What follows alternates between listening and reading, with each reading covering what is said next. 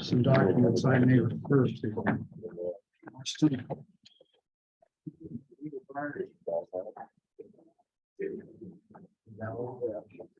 It just got a terrible leg on both legs. Oh, so I'm trying to change that thing. So you know, I've got 5 more.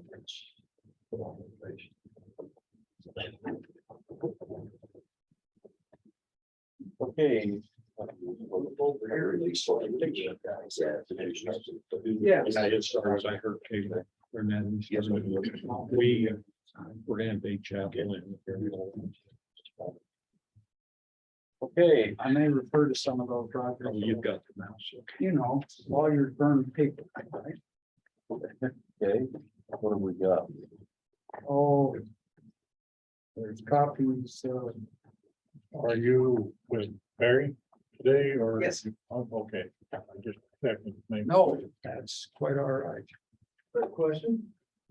That, Fair question. I thought she- He's much better, Lucky. cause he's on the agenda, but Yeah. you weren't, so I just. Well, and I'm just gonna lead off for a minute with a couple of points, and I'm gonna let these guys do a lot of the talking, okay? John Curtis, CARTS. Developer.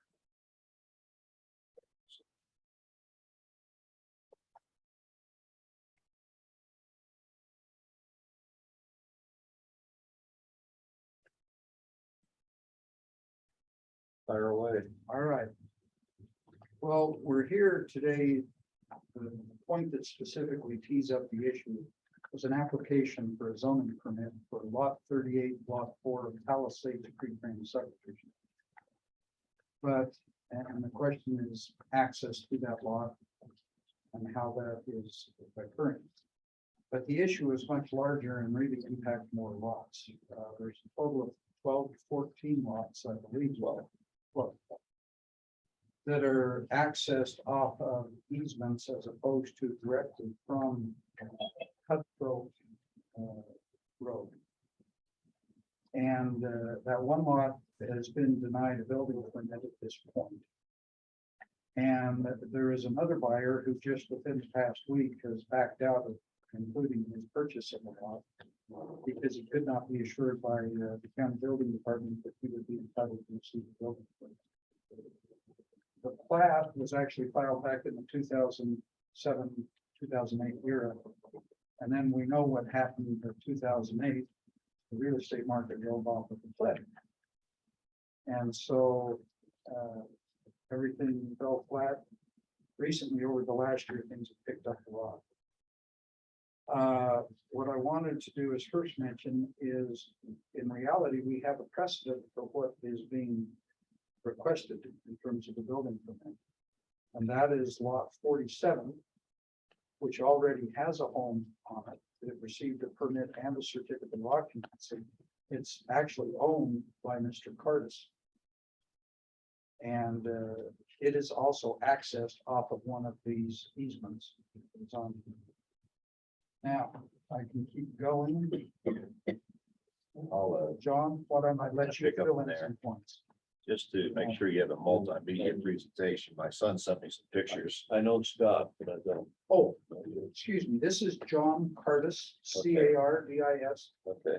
John he is the point man for the developer of the subdivision and has been the main driving And force. who was the developer? The developer is Palisades Creek Range. Is it John? Yes, yes. Who is that though? As a person? Oh, John. It's my two sons and I basically run the development. We have two silent investors, less consequential. I gave you those pictures only. Who's actually been to Palisades Creek Ranch? You have, and you have. I gave you those pictures so you could appreciate the terrain that we're dealing with. And there's one picture of a bridge. That bridge is at the same elevation as Palisades Creek Road. So when you pull in, you have a stretch of a road, then you go across that bridge on the creek. Once you cross that bridge, you start going uphill for 3 miles. And it winds up through the mountains, all staying under the 10 degree cap of the elevations. but it goes, obviously it goes to small, medium, periods of flat, but it's climbing continually all the way to the top of the property. As Scott mentioned, one thing that's interesting about this, we've sold all but 4 lots. We've sold 67 lots, and we're down to the end of it now.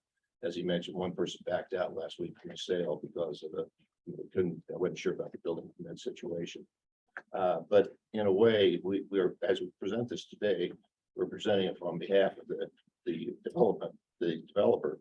It has, probably more importantly, their 12 lot owners are also very much involved in this presentation because they're kind of a class of people that are some way affected by this whole thing. I think it's important to keep that in mind. The development is in Irwin. It's based in Irwin. It's right off Palisades Creek Road. You go up to Palisades Creek Road. City of Irwin. Yes. I don't believe. No, it's in the county. Oh, it isn't? Okay. If so, we're in the wrong That short, place. that shortens our meeting. Was there? No, it's not. It's No. They moved the boundaries. It's off of Palisades Creek Road. You go about 3/4 a mile. There's an entrance there. The first builder is a person, Shane Fleming. You may know Shane from other developments has done. But he has built 4 homes there. It's 233 acres. We did build it largely in 2007. Got off to a flying start till the market crashed in 2008. It was quite quiet in 2008 up to about 2 years ago. And I would give the county a lot of credit because when that happened, you volunteered, the county volunteered to reduce the real estate taxes for developers. And our taxes dropped down to about 1/3 of what they were otherwise. And that savings was pretty important to us. We have good animal life there. We've gone to great extent to protect keep it a green space. It's zone 1 acre. We made it 2+ acres. I think the average is almost close to 3 acres. If you look at just the total space available there. As I mentioned, there's 56 lots on Cutthroat Run, which is the main artery going up the state road that we maintain. It's a gravel road, but we maintain it, do all the plowing and maintenance on that road. There's 56 lots on that road completely, so they're not part of this conversation. It's the remaining lots that we're going to be paying attention to. That 3-mile long road, every lot in the development, all 71 lots have frontage on what's called the Cutthroat Run, the main road. On Cutthroat Run, all the utilities there also. So in any lot, the utilities, the fiber optics which we have, this community water system all come off of that road. One thing that was something when I say we, the county and ourselves pioneered in 15 years ago, was this idea of fire suppression. The county was interested and the state was interested in when you're a major developer, what do you do about fire suppression? And we pioneered in putting in a system with fire hydrants. It looks like what you find in the city of Chicago. Some of the fire hydrants in first development, they're a little more picturesque in the second development. But Jeff is going to tell you a little bit about what happened there and what the reaction has been to that. The homes have been sold. The Flemings had 4 homes have been built. There's a person named Dr. Leland Krantz. That's a summer kind of a weekend place that he comes to. He's now retired. He's with one of the local hospitals here. And he's an owner, and I have a home that we built starting in 2020. We got a building permit in October of 2020. We started the construction in 2020 and then worked all throughout 20 and 21 to finish it. By September, it was done. And we have a C of O on final approval. All the inspections, I think there are 13 different inspections took place during this process. That's lot 47. That's lot 47. Okay. Lot 47 is typical of the situation we have with the ones we're looking for getting a permit on right now. Its frontage is on Cutthroat Run. The utilities come from Cutthroat Run up to the property. But the only way you can get access to the property is to go on to an easement that goes up that way. It's called Valley View Road, and it takes you up to the property. And then down the road from that property is another 6 owners, I think 7 owners, and I have to count them, 7 owners that have lots facing onto that Valley View Road. So So as a point, it's not a road. No, it's an easement. It's an easement. Yes. they generically use that term, but it is not a road. Okay, so you're talking about, this is the easement. Yes, This is the road. yes. Cutthroat. Cutthroat Road. Run is Is a the road coming. county road that's privately This is- maintained. Cutthroat Run. No, I No, think that's the easement. that's the easement you're looking at, Very, the wider 60-foot wide 80 foot or a and 80 foot right away. And the John's house sits right here on the border. the builder, we had the building package that was submitted for the permit. The work was done by R.J. Taylor Construction out of Idaho Falls. Tori Taylor was the person on top of the whole thing. I asked if there was any dialogue, any conversation all about the use of the easement for access. He said absolutely not. There's no conversation whatsoever. It was just approved the way it was. We have, as I said, we've got one house currently being constructed. We have one permit pending. That's one we're talking about today. That's been in your hands since June. And the person is committed to kind of get started on this as quickly as he can. And then we have the other 12 or other 11 lots where they'll be building sometime in the future, probably quite a few years in the future. Our whole team that's worked on this from day one, 15 years ago, is mostly represented here today. The one person that's not here is Troy Hicks. I don't know if you know Troy Hicks, the contractor. But Troy had an accident last week when he was camping. I don't know if you knew that, but he broke his wrist in 8 places. A little bit too athletic, but anyway, he would be sitting here. So collectively, we have 125 years of experience that went into this. We worked hand in glove with the county for 15 years on the whole development, sought their input, mostly on the road. There's a lot of dialogue about the road. You can imagine putting a road up through a mountainous area like this was quite a challenge. The spirit of cooperation has always been excellent with the county.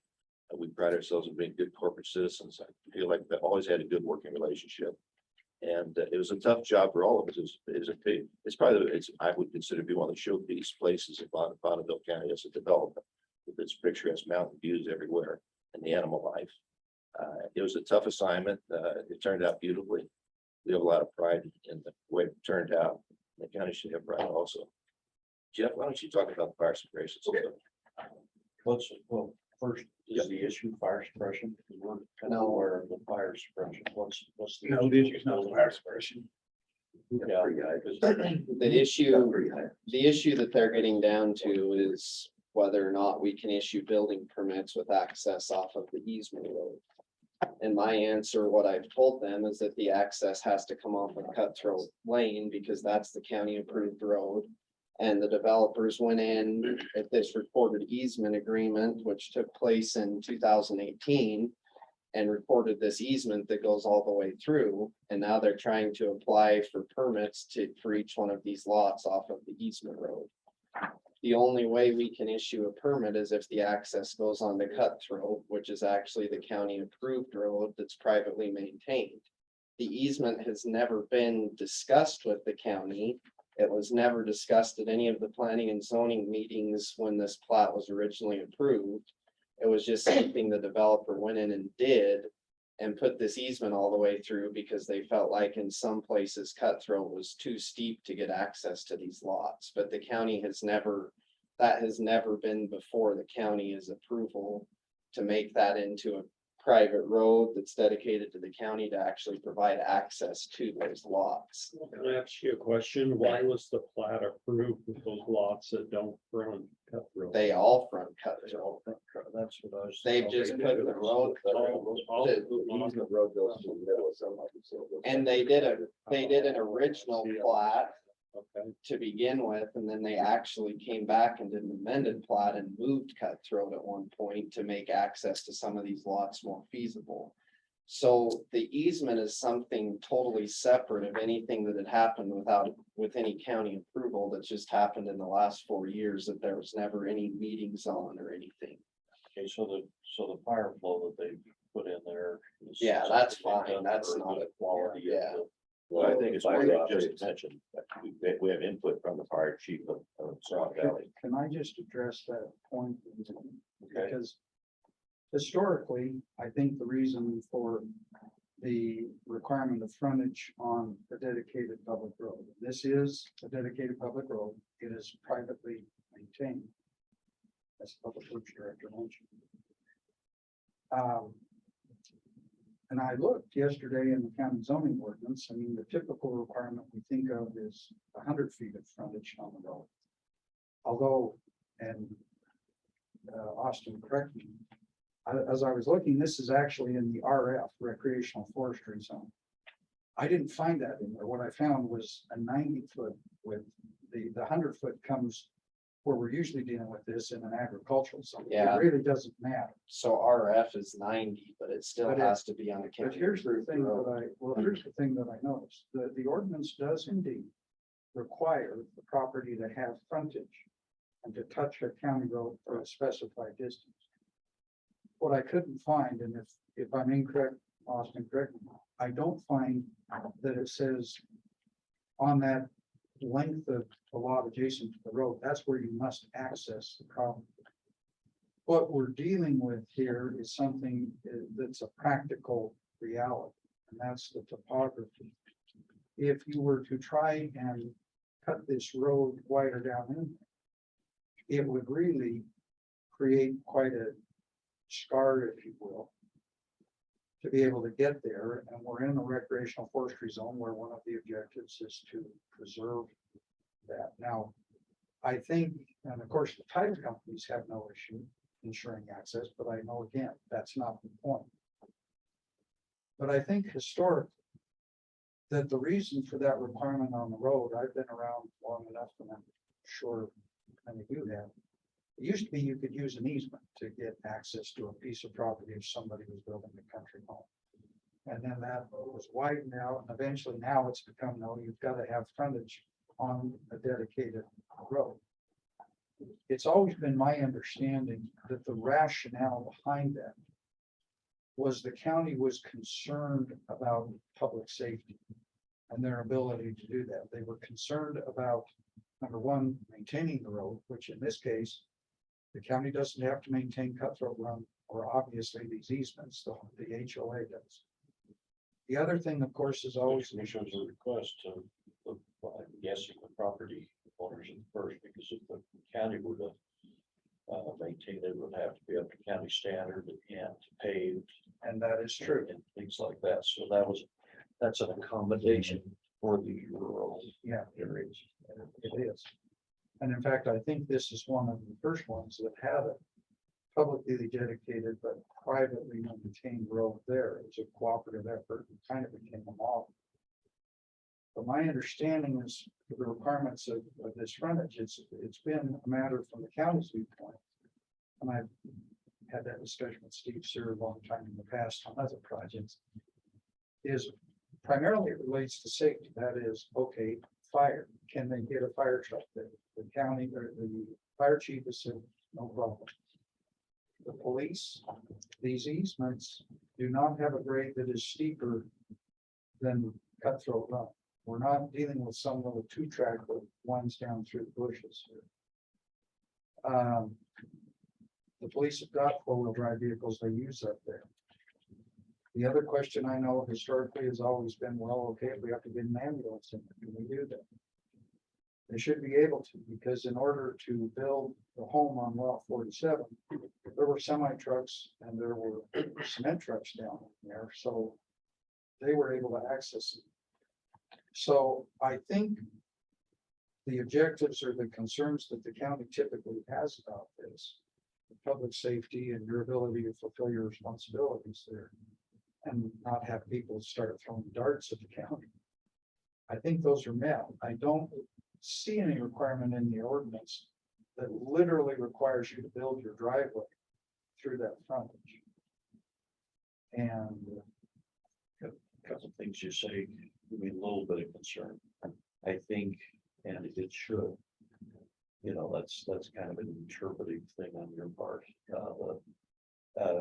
And correct me if I'm wrong, but if the easements, one reason we don't rely on those for access is because it becomes a civil matter with neighbors that want to cut off access to the neighbor.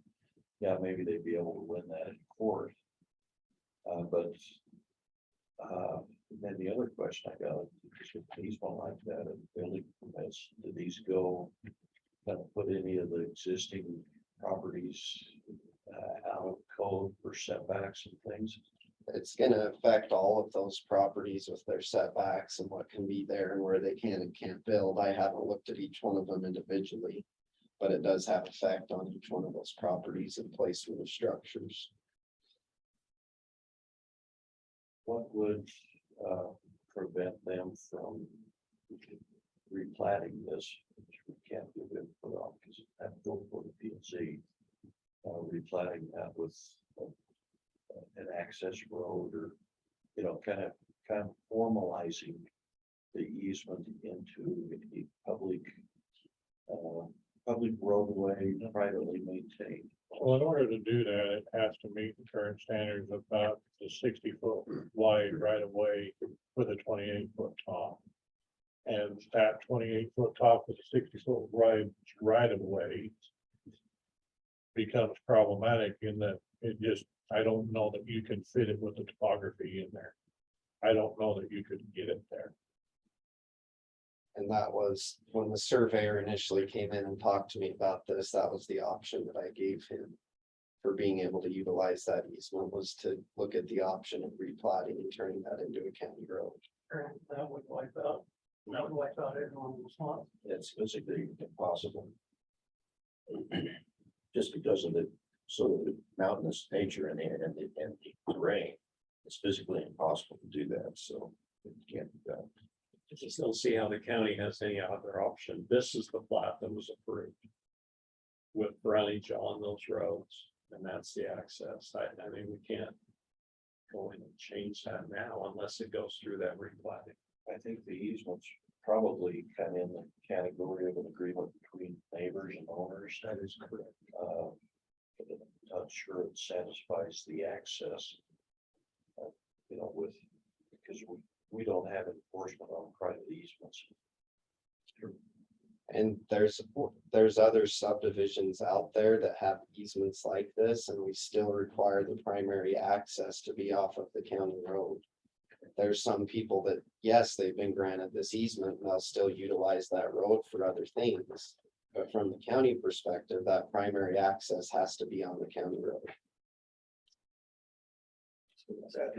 Yeah, and a lot of that, you get into the addressing of, all of these properties would have to be addressed on Cutthroat Lane. You send the emergency response up there and none of them are going to be able to be accessed off Cutthroat Lane. How do they find the property? It's labeled according to. Yeah, I mean, it's labeled, but if they pull up, you know, right now you got the, with our 911, you can have, it'll pull up something and send it into the responder, and they pull up Cutthroat Lane, says that's a lot. And then they can't get to the house down there. You know, and they have to go back and search and find the driveway, I would call it. Realizing what you telling also. And the issue of the topography.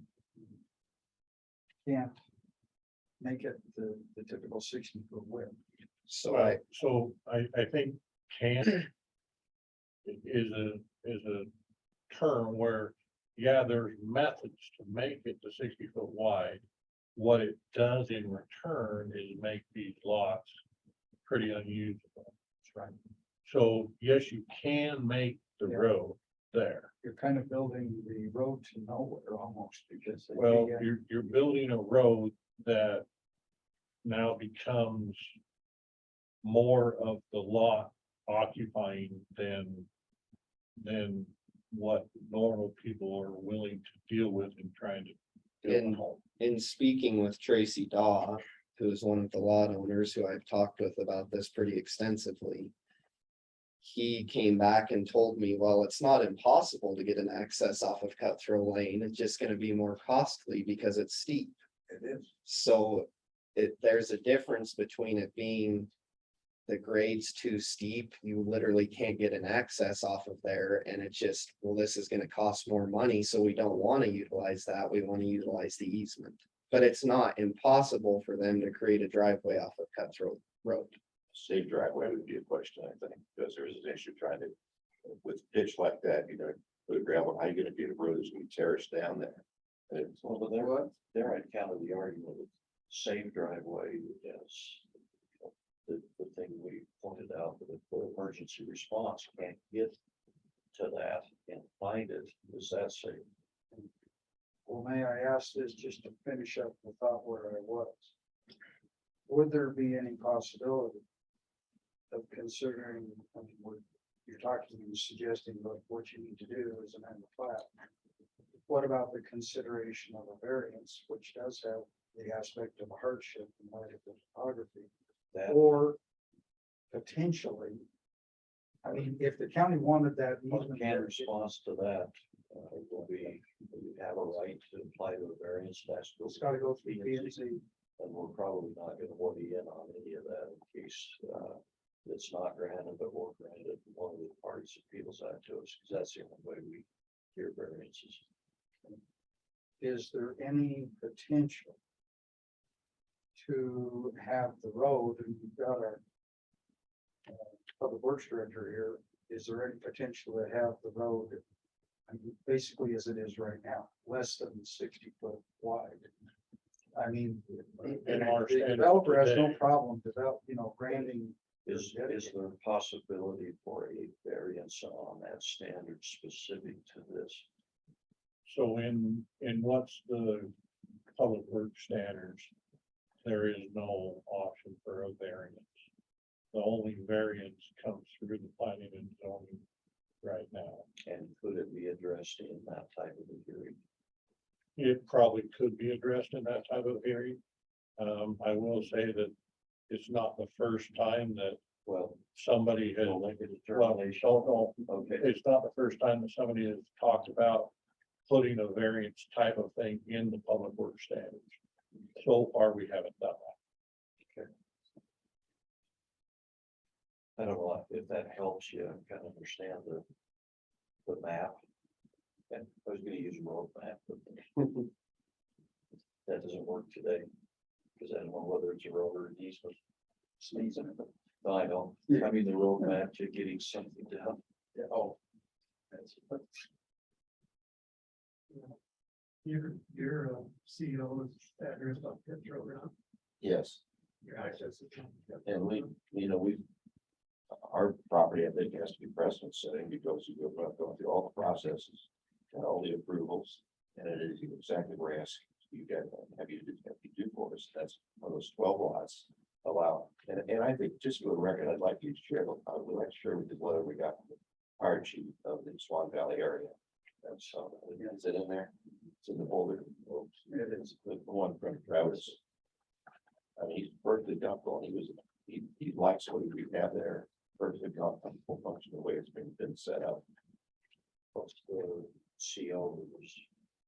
I'd have to go back and look at that one. I haven't looked at it at your particular house. There's a copy of the CO in. Yeah, there's- Yeah, I'm just curious, so was that one that they missed, or did they make it conscious?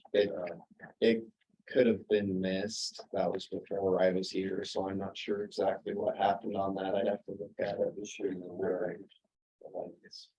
I think Scott would understand this, it's a decision by an employee that they have missed something, doesn't really find the county to.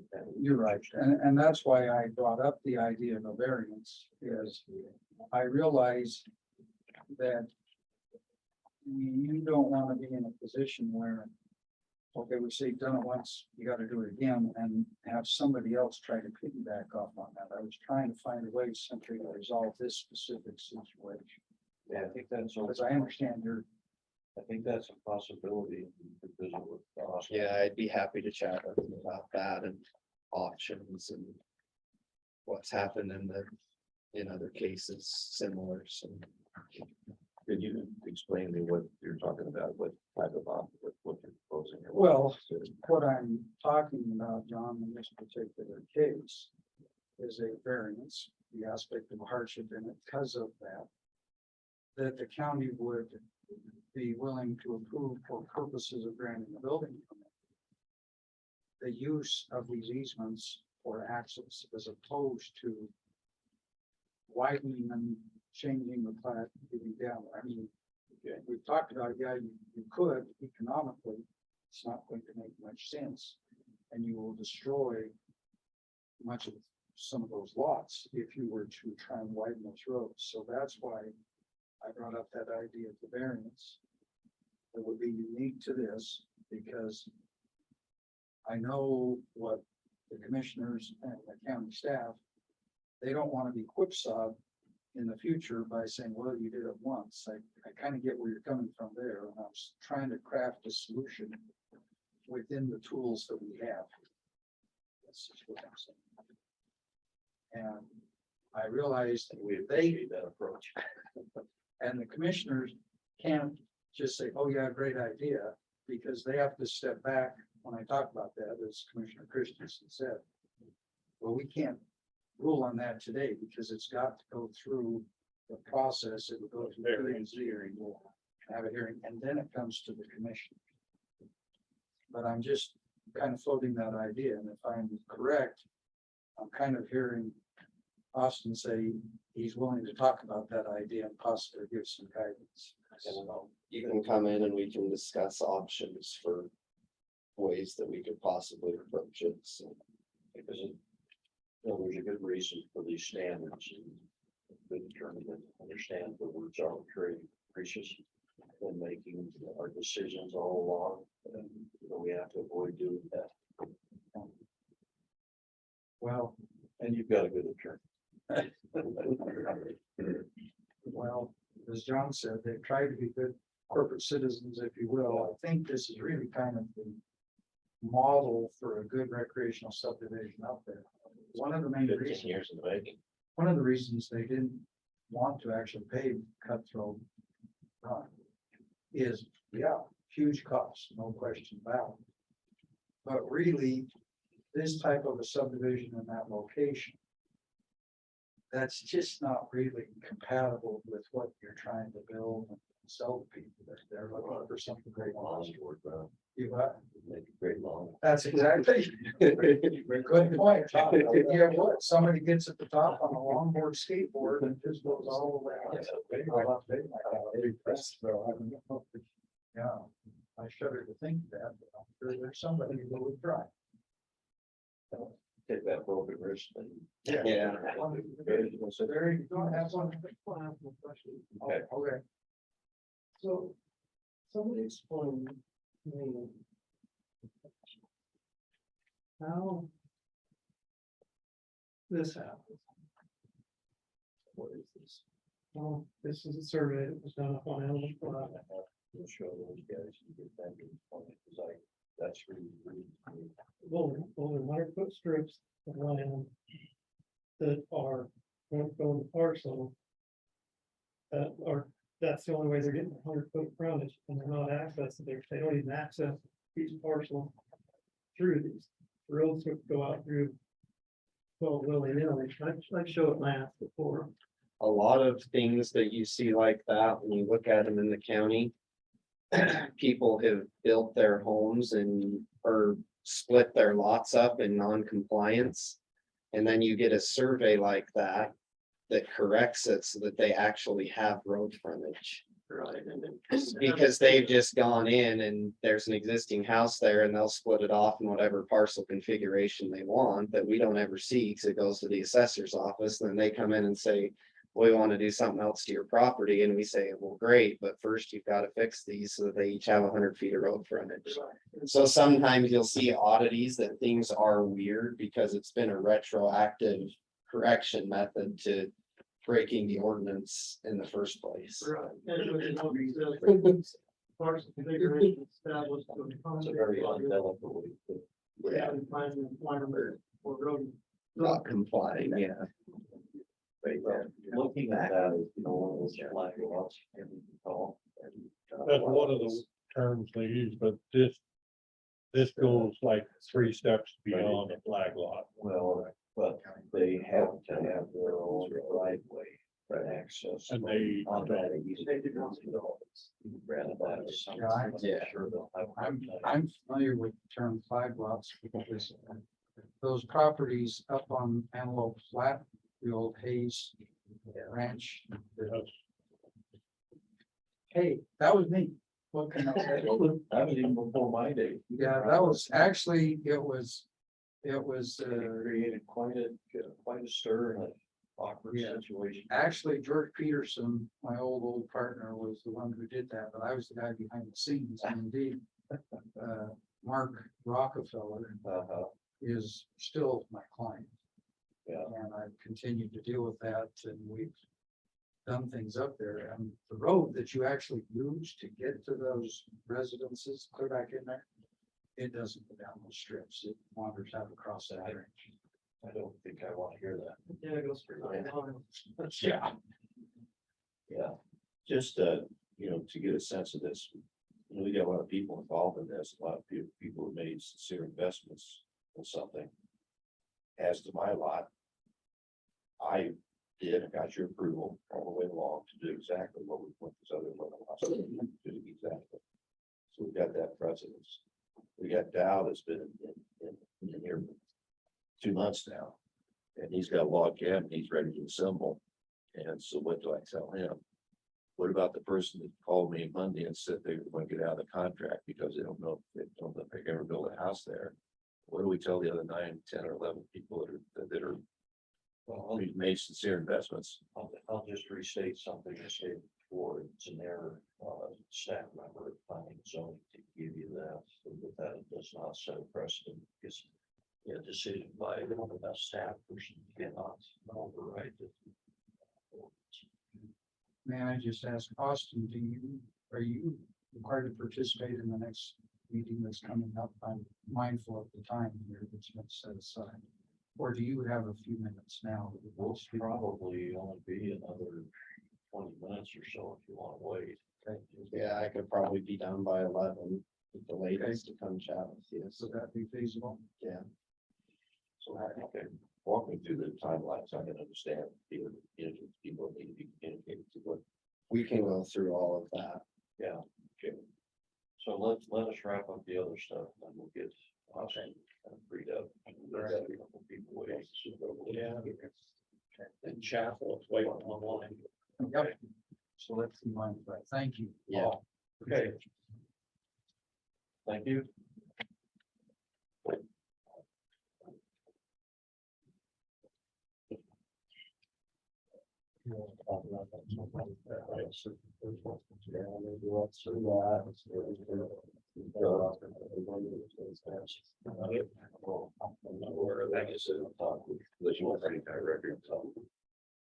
I was looking at my resolution on the plan stuff. Did you do the easements when you were there? No, I mean, back up and I did, I was able to start roads branching off. Your roads or somebody's razor road that they catch you so they can get to their couple very fast. So, I'll talk with you. Okay, what else we got? So often have something about Sunset Heights subdivision that we probably ought to be there. Justin, are you here for that? Yeah. Do you want to come up? It's a request for extension of the deadline to have the final plat recorded within a year. Basically, my understanding is the reason is because it's been Blackhawk water system, they've got to put in a new well pump, right? Yeah, And that's they- right. So yeah, we had a meeting with Blackhawk Yeah. Water Board or just a couple weeks ago, and they had an emergency situation where they've got 2 wells and 2 well pumps for servicing the Blackhawk subdivision, and one of their well pumps had gone out, and so as of right now, they're only operating on 1 well pump, which is sufficient for all the needs that they have up there, but they're hesitant to bring on any new customers or any new services until they can get that resolved. So and so they've anticipated and told us that it's going to be about 18 months before they can get a new well pump. And so they're trying to figure out other options, other solutions. And so that's kind of where we're at. So that's reasonable. Yeah, I read the letters. Yeah, I saw that it was already signed. I just was like, oh, I better stick around, see if there's any other co-op questions or. Get one of his irrigation pumps. Put it in the canal. Yeah, we just need to So make people sure. are- There's no canal there. There's no canal. Reflected in the Now, minutes. have them drop it into Henry Creek. Yeah. Up the hill. Yeah, so No, I just wanted So to, do you want to yeah. just motion and approve on that, so we have. I would make that motion. Okay, perfect. All right, Thanks, Justin. Yeah, thank you. And then if you want me to stay for Foster. Yeah, probably. He's getting on there. Do we have a landfill thing we need to take care of? All right. Yeah, we do. Well, it could be. What? I'm learning, I'm here to learn. We just have a recommendation from our engineering company up there to pre-purchase the flare station skid. Because it's, well, I'll read you what it has here. The costs keep going up. The submittals, we can anticipate submittals can be provided in 3 to 6 weeks from receipt of an approved order. And we anticipate that we could ship the system in 22 to 28 weeks. So it's a 6-month lead item on this. And I don't know that we have that much time more. So that's why it's on the agenda, is to get kind of pre-approval to get the skid on its way and have it ready to, that we pre-purchase it, have a contractor install it with the rest of the stuff. Do we have the money? It's probably not in budget. Right? So by the time it gets here, well, I don't know, we transferred in enough money that we could cover this, because we transferred in enough to cover a lot of different scenarios. And so 420,000 is a lot, but I think we have enough to cover it in our bag. Yeah, I think we're fine with that. I'd like to better get it done. Okay, Last week. Or the week before.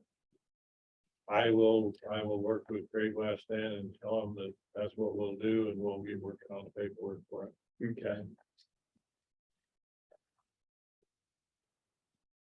So we went ahead and told them pre-approval to order the skid for the flare. It's $420,000. They've got a 6-month lead time. So where's that? Yeah. Okay. You're gone. I'm gone. If you want to be. I'm here to listen. I'm here to learn. Okay. So Dave Chapel is on the Zoom. Dave, can you hear us? You're muted right now. I can, gentlemen. I'm just sitting here doing paperwork, which is my favorite thing to do. So if you need to finish something up, by all means, go ahead. Okay, no, I think we're ready to go on this now. Dave called me a day or two ago. Was interested in the traffic counts and the process that went into paving 101 in front of the houses there. I went ahead and sent that to him, that traffic count that I got from Lance. He also was trying to understand what type of maintenance agreements that we've got with the wind farms up there for their use of those roads. I couldn't find any. I couldn't either. The only, well, the maintenance agreements on those roads. You know, from memory, you know, like, well, yes, of course, they had to improve the road to be able to haul their stuff up there. So they were given a permit, right away construction permit, but that's not a maintenance agreement. And the reason was to do that would damage the road, but it was also winter maintenance only, which they tried to get permission to keep it open. We wouldn't allow that. Because they can go in either by snowcat or They snow. do Stonecat. Yeah. Well, and that's one concern that came up because of course he's got concern with 101. And you know, the upkeep and condition of that road. We've discussed that before. And it's difficult to bring up to standard, right? Unless we get more property from Johnson's to go around that. On 101st or 115. 115th, it would be very hard to widen that out and get it less feet without going a different route. Right, and we've had that discussion before, but an issue that came up that I was concerned about is the access of the wind farms with those snowcats up and down that road all winter long. And how that compacts that. It keeps the snow on that road so much longer in the spring. Drives the frost into the road. I think that that's one of the reasons we're having such a late melt off, and it's a problem in the spring, is because we're allowing them to do that. And what access right do they have to do that? It's a public road. Close. It is a closed road. I'm not aware of any specific type of different agreement, but there are other roads that we also have that are closed to use except for over the snow vehicles. Right. That's countywide, up in that area. Does that stipulate tracks or just over the road? Because there's So- like tired stuff running across. Yeah, there's, Roads. it's hard to police everything, but most of the time it's called over the snow vehicles. There's something that specifically allows for over the snow when we close the road. So every winter, Craig Daniels does something with an agreement on the groomed snowmobile trails to do that. But currently, we don't have one for 115. I don't believe we do have one for 115. It's just been it's an ongoing thing that because they need access to the windmills and those windmills were permitted through the county, that I don't know how we keep them off of public roads. And if you don't allow that access, you have to not allow it to the property owners either. I mean, you basically just block them out for the winter. They have no right to get into their property. By snowmobile. By snowmobile or anything. I mean, because it's. You have one property owner get by with the snowmobile, it still packs down some snow to a lesser extent, but how, you either have to keep everybody out or you have to allow over the snow travel. Backing up a little to the agreements with the wind farms, the one up there on Blacktail, they needed to get to their shop. And a lot of the county maintained, made them build the road. And they did pave the road up to their entrance. Yeah, they paved it to county standard at their expense. And then it dedicated it to the county for maintenance like any other subdivision or any other. To get to their office, they did. Hey, gentlemen, if I might, I don't have any requests today for that road to be opened over the course of the winter. I don't have any particular issues at all. It's just the spring months that it's taking a month longer for that road to be opened as a result of needing to dry out. You talk to your groomers when they go open that road up, there is a sheet of ice every incline and plane, specifically where the sun can't directly touch or doesn't, where you're relying on ambient heat on those dugways.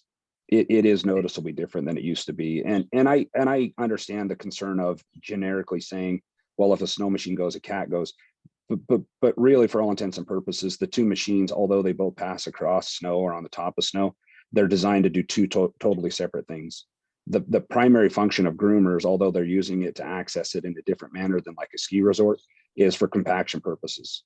They create compaction. They're designed to create compaction. Snow machines, if you get a significant amount of traffic, like for example on the Bone Road, it's a different dynamic.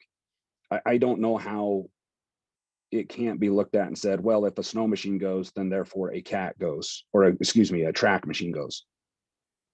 I mean, the traffic there is no different in the course of the winter months than it is in the summer months. And I don't understand why a property owner who goes in and has an exclusive right to the roads, all the arterials adjoining the main county road, why they can't just go through their own farms. I don't understand, because it's truly a quantifiable negative impact to the rest of us who need to use that road in the spring.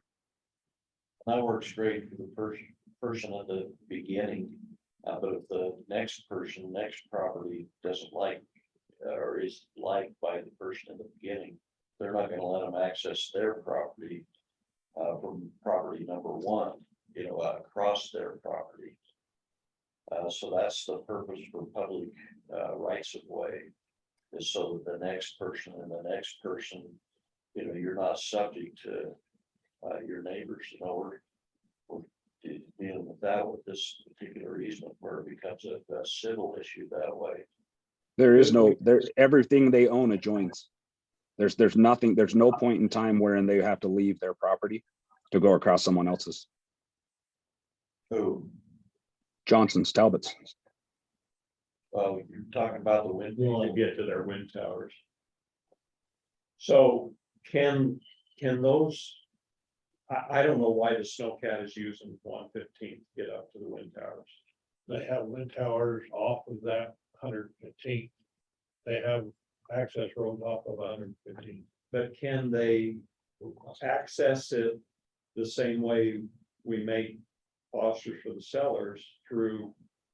I don't know, or Not the whole way, no, because we close it at both ends. We close that road at both ends. I can see this really being an issue. It's really, I mean, this 115th is a road that we've had problems with in the 5 years that I've been here. How long have the wind companies been taking their cats on that road and accessing those windmills? 20 years. 20 years? No, it'd be about 15 years, right? No, ask them how long they've been using cats and track machines. We're talking about how long have they had that access? How long have they used that as an access? So Just year round, or are you specifically talking So about in winter? The winter, how long have they been using cats to access? Well, I that? think if the wind towers have been up there for 15 years, they've been accessing it in the winter for 15 So are years. they using, rumors are they using snowcats? I don't know what they're using. I don't know, but you can. Their letters, there's using standard that. Rumor and, yeah. So they're using snowcats, not very. Okay, so there's a substantial difference. Yeah, no, the only difference of a groomer is that it smooths out the surface. The compaction component is universally the same. Most of the areas are a lot wider track. yeah, I mean, the only reason I bring that up is it might be something that you have to get into prescriptive right of use. If they've been using it that long. Oh, really? Cities and municipalities aren't subject to those things.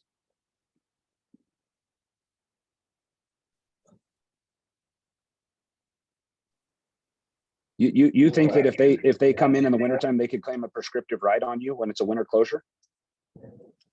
A prescriptive use. I mean, it's a precedent. They've been.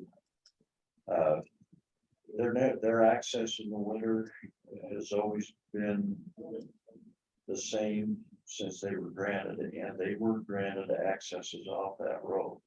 And we weren't willing to open them up at winter time, so they had to find another way to get there in the winter, and they have. And I mean, that's not just off that road. I think that's off the side of the road, so they don't. That's off Forest View, that's off any of these It's other. all, but it's all- also, you don't want them going over private ground Unless to they have a get written to, agreement. unless they have a written agreement, but to get to these windmills. In that instance, coming up that Dugway, to get to some of those windmills, that's the only way they have to do it without going across private ground. But the private ground is the people that own the windmills. But they don't have a easement or something that's. It doesn't cover the whole ground. They have access road. And once they're over the Dugway, they could have accessed it coming around the other side. They could have, maybe, if you look back to this Palisades Creek thing we just dealt with. Once they accessed it this way, and, then they're trying to find another way to do it, which, we can't, change the requirement for them to have frontage. I guess I would like to see what gives them the right to do that. Because there's no maintenance agreement. Not that I've been able to find. I don't think they have any given right unless it's prescriptive. Because of use. To access that through the winter, and I think it is Well, they causing were- problems on. They were given a conditional use permit or something. A Yeah, use we'd have permit to to see use that, right? that. We'd have to see what I'd the like to see conditions it. of that were at the original approval of those windmills, but. Can you look that up? Yeah. To me also. And I think if they're given a use permit or conditional use permit or any type of permit to put up those wind power turbines. Inherent in that is probably a right to access it. If they legally do, then I'm fine. If they don't, I think they're causing a problem on 115. We ought to address. The problem is about a 2-week period that it takes long to go. And whether that's worth taking away or changing all the access across the county to one thing, I'm not sure it's worth doing that. Gentlemen, you're talking about two spots. It's the two dugways. That's it.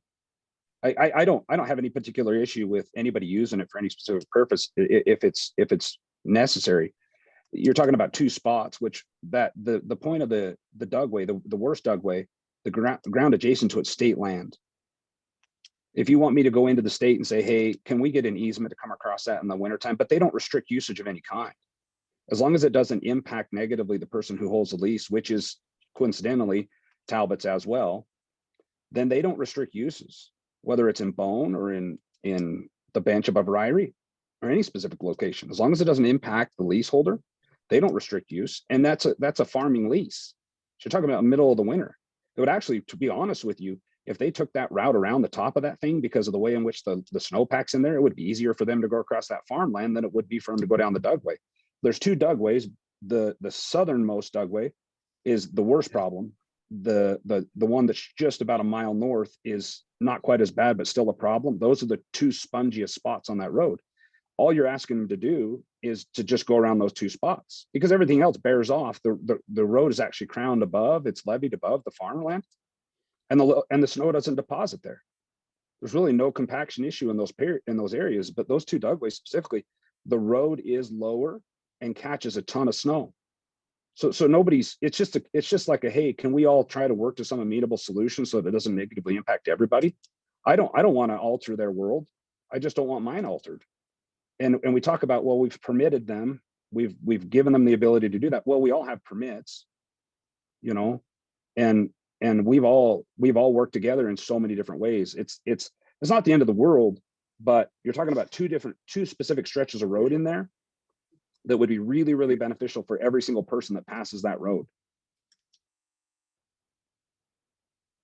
Well, it's something that we need to look into. And so we'll try to find some information on it, Dave, and go from here. My other concern is, gentlemen, if I may, is that I've got lots of pictures. I don't know who's gone. I know Ken Ray's looked at it. Ken is really good to work with. I want you guys to know how much we appreciate him. Almost every single culvert that goes underneath roads that adjoin that road. See, we have a maintenance agreement, and every year I coordinate with Ken. We go in. We have Gary, Gary, Mountain States Dust or something like that. We have an agreement that says that we won't destroy the edge of that road. So we bring in 3/4. We have a grader. We water the road, and we use mag chloride at our own expense, and we go about 100 feet south and 100 feet north. And I bring out of that, I was just doing the rough math. I bring in the spring out of those cellars, not 100% of them, but I bring 338 semi loads of potatoes out of that southern one. You go look at that road and where it joins the county road.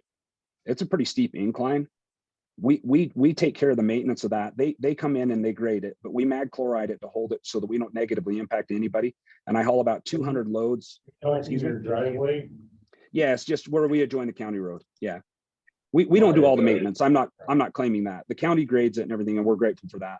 But it's right about basically where that southern closure is. What's that? Talking out of the south slope. Yes, sir. Just north of the windmill shop. Yeah. Where that southern closure is. So we mag chloride that. I call Ken every year and say, hey, this is the week we're going to do that. Does that interfere with anything you have scheduled? We come in and we mag chloride that. We tie it in. We keep that where the two adjoin. We keep that level. If anybody spins out, we go in and we bring gravel in, we fill it up. It's a pretty steep incline. And we don't tear that road up. In fact, if you go up there today and look at it, and you look at washboards and you look at the general condition of the road, that's an area wherein if it wasn't taken care of would be a really big problem for the county. So I don't know why the windmill company, and I get it. Some of this is comes before I think Roger's probably the only one that's there. Gentlemen, I realize that we all inherit problems and I get that and I want to be appreciative of that. But I don't understand why at all those places, because we have had in high runoff years, those culverts kick the water across the road almost like a dike, like almost like a check and a head gate. All those culverts, I wouldn't say all of them, but the majority of them are full of dirt and or collapsed. They're not the proper size, even to handle the amount of runoff that comes down there if they were open. They're not cleaned out, they're not checked. I just think there's a lot of standards up there that people are held to that other people aren't. Some of those are outside of the right of way too, restricted right of way. So What's that? The culverts for their private driveway off of the public driveway. Yeah. It's those access roads into the windmills. And some of the, where those culverts are outside of the, so they're like 10 culverts there. That's something we'd have to talk to the people about. Doing the, or maintaining. I don't know who you talk to. They keep changing people too, so. Lance, what does that mean? Can you help me understand what outside of the right of way is? Because my understanding is the power boxes, if you go, the power boxes are actually behind those culverts Most to the of the property time. owner side. So prescriptive right of way out there is 25 foot from the center line of where the road is. And That's some of if the those road's in the culverts- center of the easement though, correct? No, I'm saying that sometimes there's not an easement for where that road is located. What we take is the prescriptive right of way, measures 25 feet from the center line of the existing road in both directions. Okay. And some of those culverts are outside of that 25 foot. Just so I understand, you've measured that? I measured a few of them, yes. Okay. So they're culverts. So I'm not aware of a culvert up there that doesn't have a drainage component. So who has installed the drainage on the sides of the roads? So on the side of the road or Yeah. across the driveways to the windmill? Nope, on the sides of the road. Most of the time along the side of the roads, those culverts are installed either by the county or the landowner trying to get access to the land. No. I understand the culverts. I'm just asking you, when you guys go in and you clean out the sides of the roads, or when that was originally established, who knows when, 50, 100 years ago, who creates the drainage component, meaning where the drains off the road and catches on the side to create a drainage spot?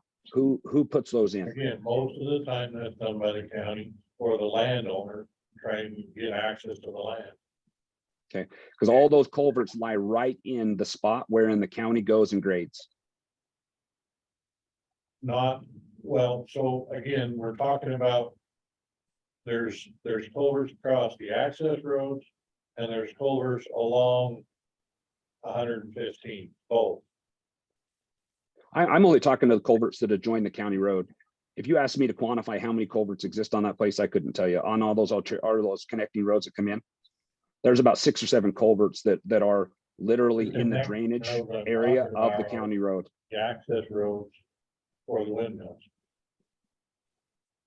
Yeah, the access roads for the windmills, the culverts I'm referencing specifically are the ones that lie in the drainage side, the side of the road that catches the water running to get it to drain off the road. So you create a ditch more or less on the side of the road. The culverts that are in my concern are the ones that lie right there. And every time I watch the grader come up and down that road, that grader goes and cleans that thing out. And so in my mind, and I could be wrong, that's probably something that is a maintenance component to county right of ways and or roads to preserve the edges, to get the water off the crown so it dries out. You know, I'm not a road guy, but I see your grader to do that. Yeah. And for example, on my farm, it's my responsibility to go out and dig out the culverts because the culverts extend onto the farm. So we go every year with our backhoe and we dig out the culverts on 101 because the runoff that comes through the farm creates a burden to the culvert. It makes it incapable of taking the water through. And so then the water then goes over the road.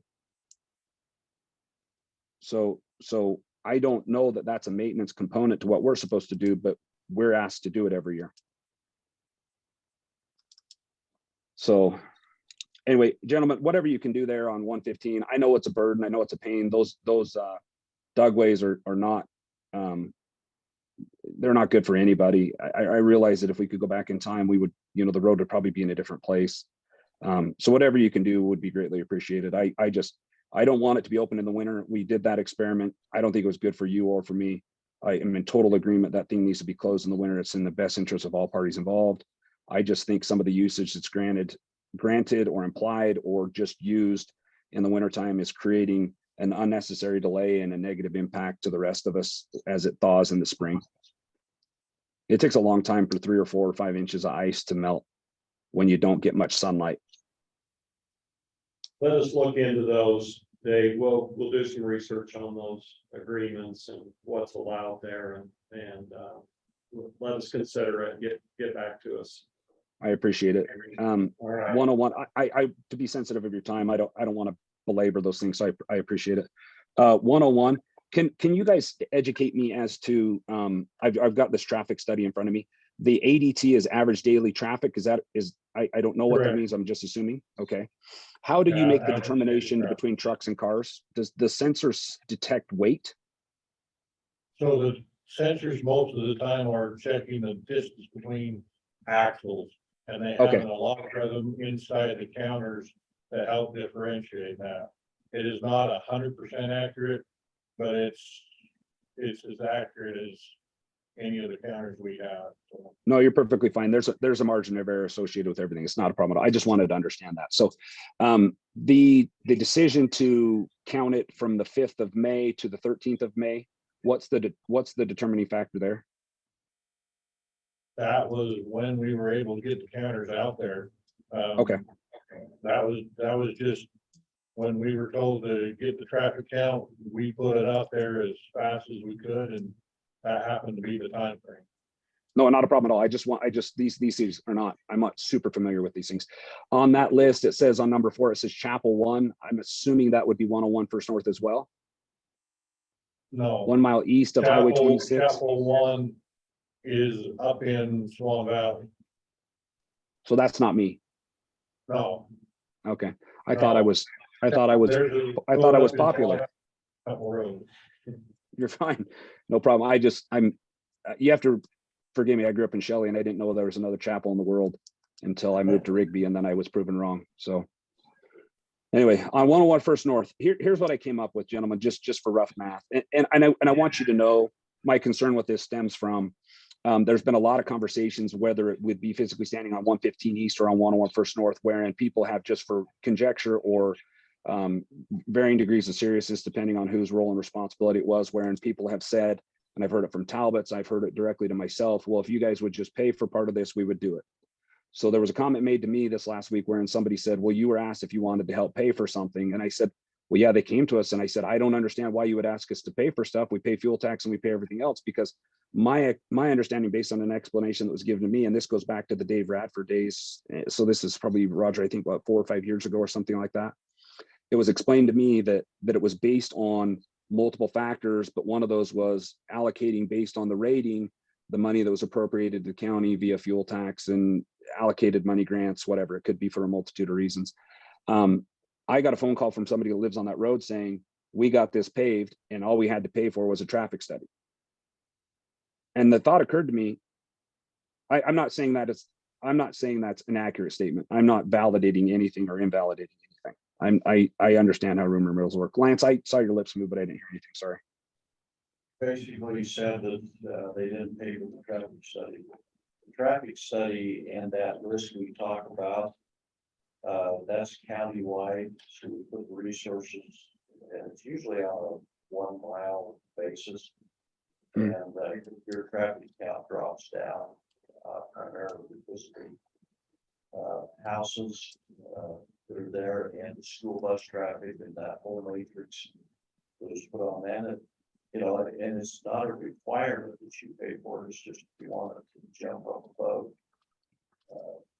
others on the list, because that's the ones that the county will pay for, but you have to wait till it gets up on the priority based on the traffic, which includes houses, school bus traffic. I think it's even got dust on or I mean, on the side of the road that the houses are, whether it's up on, or is that the Mac chloride? That's the max chloride, and we do with that a little bit, but it's not tied in with the main. So it's done on a scoring system, there's a little discretion if there's a couple real close. The number of houses is by far the biggest factor in there. Cause I think there's Okay. another one that's just almost tied with it, that's up on, Old Earl Road was Old Irwin Road, and you got First Street. yeah, and we got some of Birch Creek done. So that just helps me understand. And and the point of me mentioning that is not to validate or invalidate anybody's statements because everybody has their interpretation of things. So I only mention that just because that kind of piqued my interest on it. I went and just did some rough math from the 5th to the 13th. I would have had probably daily 20 to 25 semis coming in and out. So the placement of that, actually, before I get to that, is it says the 6th house number 6. Does that mean it was placed at the 6th home? It was approximately there. I mean, No problem. when we float out traffic counters, we try to get as close as we can to a free flow condition. We try not to put it right next to driveways. We try not to put it next to changes in speeds or hazard signs or anything like that. So when he went up there to put the counter, he tried to find a reasonable place to put it. And that was how he described it. So I'm not. No problem at all. Sure 6 house or one way or another, so. You're fine. So there's 10 houses on that road. If we put it on the 6th house, these are just assumptions. And analytically, when you do something analytically, you have multiple factors that discount or elevate different criteria. So if you go at the 10th house, you've discounted the 5 previous homes because that road dead ends at my potato sellers.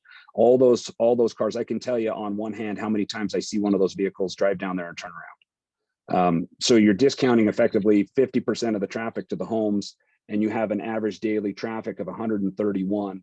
I've come up with about 98 to 110 of the traffic count that I'm responsible for.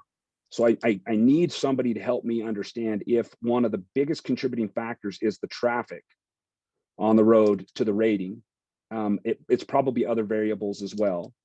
I need somebody to help. Yeah, no, I understand, but the average daily traffic count is one of the larger contributors because you have average daily traffic by percentage of trucks plus the number of houses times 5, right? Simple solution for that Yep. would be to do a traffic count beyond now that we've got that approved on. I think it would be fantastic. That's what Roger, to your point, I'm trying to wrap my mind around how the benefit, the majority of the benefit of the traffic on the road is benefiting the homes and not me when I'm the largest contributor to the traffic. In the fall, if you were to do a traffic count year round, in the fall, I haul 369 loads of potatoes out and 45 loads of grain. That's just the fall. Understand, we don't do the traffic counts at a specific time like that. We try to find. No, I know, it's just conjecture. Otherwise, you'd have all these roads, say out in the Osgood area, that do get busier in the fall. It's got to be kind of an average usage, and up there probably be for recreation during the summer. Up where? Where you're talking about. No, there's no recreation on that road. Well. 101? To get Blacktail. No, everything that you would access, you can't access the dam from our side. It's either owned by, that whole canyon is owned by Matt Mann or myself. That's it. I mean, There's no recreational component on that road whatsoever. don't you turn and go on 101st from there, No. We're talking about 101st. or 115th? You turn off 115 onto 101. Yeah, it's after 15. Oh, it's after. Yeah. You turn. 115, it's the first road on 115 after you pass Willow Creek. There's no recreational component or access to the reservoir on that road whatsoever. And it pretty much dead ends at your sellers then? It absolutely dead ends at my potato sellers. So to your point, Roger, I'm not discounting what you're saying about Osgood because I don't see all the things that you guys see. So I'm not trying to insert myself as some kind of an authoritative figure as it relates to all roads in Bonneville County at all. But I could see the benefit of you paving something in Osgood much more than I could 101. My concern is how in the world was a determination made to do BST on a road that benefits 10 homes? And those people don't go past their homes. 90 plus probably percent of this traffic in that study was from me. And the But only you thing I've gotta ever remember- asked, what's You that? gotta remember, Dave, that also benefits you for that. No, it section. does. I get it. I'm not unappreciative of the section you did. Please don't misunderstand. I just don't understand how for the 5 years prior, 6 years, 10 years prior, the amount of money was put into that section of road for the homes, which I get benefits me as it does the homes, but it didn't go all the way through. I don't understand how that decision was made. Well, because there's only a limited amount of money, and that's as far as we could go. No problem. I can appreciate that too, but is the second phase of that road in the works? It'll depend on the priority list. But arguably, if the traffic study is done the same, then it would yield the same results, right? Because my Well, world's pretty again- static. Again, a big factor, the biggest factor is the houses that are along the road being affected, the school buses and other issues. And where beyond that road would only benefit you. And so I think it makes it a little harder to justify. So that totally understand, but discounting my traffic, does it grade high enough to get that section of the road done? If you Well, took my traffic discount- out of that thing, We can't discount your traffic because your traffic is on the road that is being affected. And so we can't just say that because your traffic is the biggest, most, traffic on that road, that it takes away the number of cars counted on that priority list. I mean, you just can't do that. no, I totally agree. I think it all ties together personally. So it did all tie together, and because of the houses there that were being affected, it warranted paving in front of the houses. But to go beyond that is gonna be a hard argument, regardless of the traffic count, because of the amount of people being affected. Fair enough. Can I ask for better maintenance on that road in 115 East? I actually told multiple people, I don't think it's a great use of money to pave that road at all. I don't think it was a great use of money to pave in front of the houses. I think a bunch of people got really angry and chirped a lot, and that was a major contributing factor. Well, regardless, it was done, it rated Yeah. high enough to be done, the houses were there, and so it was done, but we are about having to close up the. Okay, so that gentleman would be my request. I don't really care that the rest of the road is BST'd. I really don't care at all. It would just be nice to have it graded in a good way. The 115th East was graded at on approximately August 2nd to 4th. It is the 17th. Mr.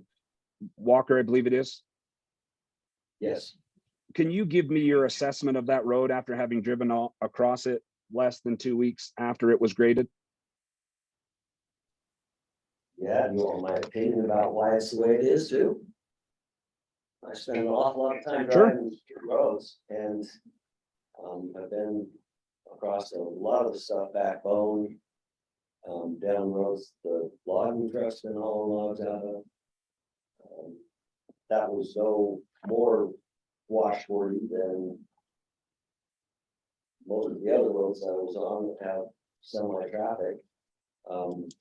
I drove at 40 miles an hour and I drove at 30 miles an hour up and down. Across Dugway from gate to gate. Because going up can be different than going down, and when I was coming down the third time, an empty grain truck went past me at 60 miles an hour going up the hill, bounced all over hell. How fast? I'm relatively sure he was going between 50 and 60 miles an hour. Yeah, 50 and 60 miles an hour? yeah, and that's why he was having a difficult time keeping his truck in his lane along the road. 10-wheeler or a semi? No, it was a 10-wheeler and it was empty. Yeah. To the side road off to the south and west. Because I turned around to see where it was going, because I was gonna have a chat with the young man that was driving.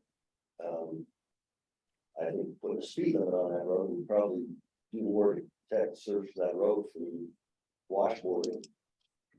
Especially when there's trailer vehicles or long axle empty vehicles at 10,000. Yeah, sure, I'd love to see it graded, I'd love to see. Well, all the roads graded more, we don't have any operators. We got 2 miles of road washed out, catch crossing and Eagle Pass, that we got one grader trying to fix instead of 2.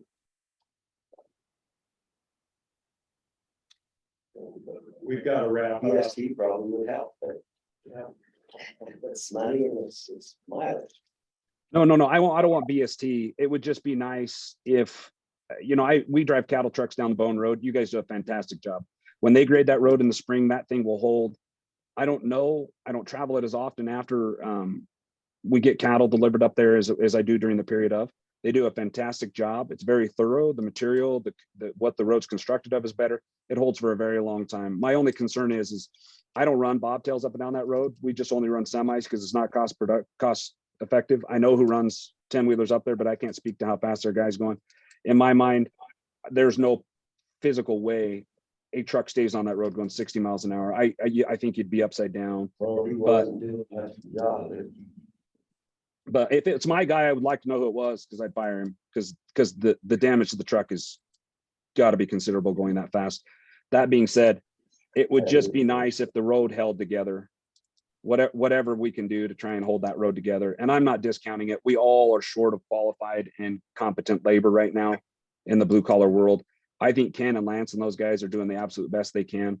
I just think it's maybe time to look at making some considerable improvements. And I don't want BST there. I don't think that's fair to anybody who pays taxes in this county or fuel tax or whatever. I don't think BST is reasonable. There's 2 times of the year where there's considerable traffic on that road. If they could just put a little bit more attention into cutting through the wash, I think it's really actually a pretty fixable thing because the grader's there. If they could cut through the wash and get it put back together, that the contents of that road have not changed considerably since Brad was there. And I apologize, I never learned his last name, but that's the only time we ever really call is spring and fall. Can you guys hit it for us, please? Because it's beneficial to everybody. And man, they would cut through that wash and put it back together and that thing would hold for a long time. And it just doesn't seem to happen anymore. We've really got another meeting we got to get to, Dave. Thanks for joining us. Thanks, guys. Thank you.